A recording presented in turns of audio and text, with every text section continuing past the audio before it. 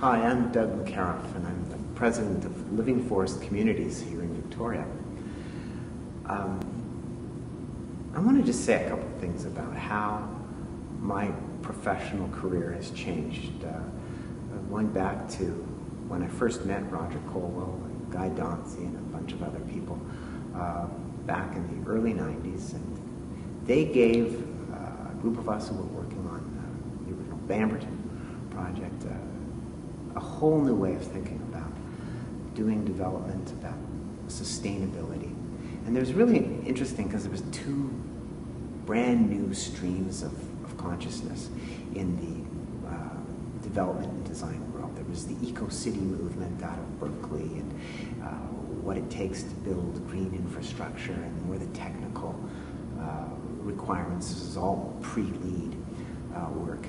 And then another stream that was moving at the same time was the new urbanist movement of Andreas Duany and the whole work of Seaside, Florida, and building historically authentic hamlets or villages as opposed to suburban sprawl.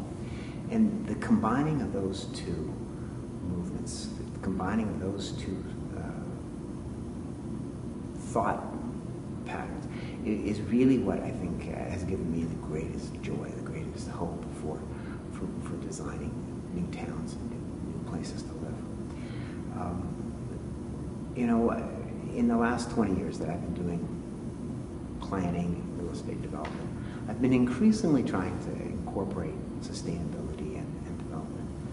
But then when Anne Mortefi challenged me to try this entirely new model of development called the Living Forest Communities model, what we call the 85-15 split, where you save 85%, the most valuable 85% of the forest, and you develop 15% of the land for food production, agriculture, and hamlet development.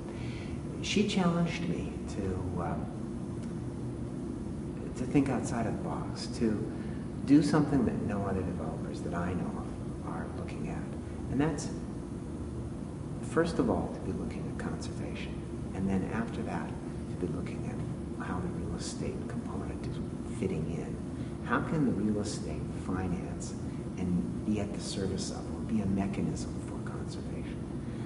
For me, that's been a very different way to do business, to walk into a community and say, look, my first interest here is in the saving of this forest. Sometimes when I do a slideshow or a PowerPoint, I show the South Shawnigan Lake area, the devastation in terms of tree cover, the deforestation that's taken place from 99 to 05 to 07, and then we know it's even more reduced now. People get that right away. They know that what we've been doing in our forests is not good, and we've got to change it. And we've got to find a free market method to pay for the conservation. Conservation costs a lot of money.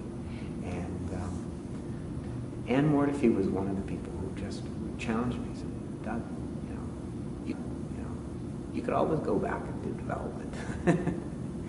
But this is something that at this time in history is really important for someone to stand up and start doing things differently.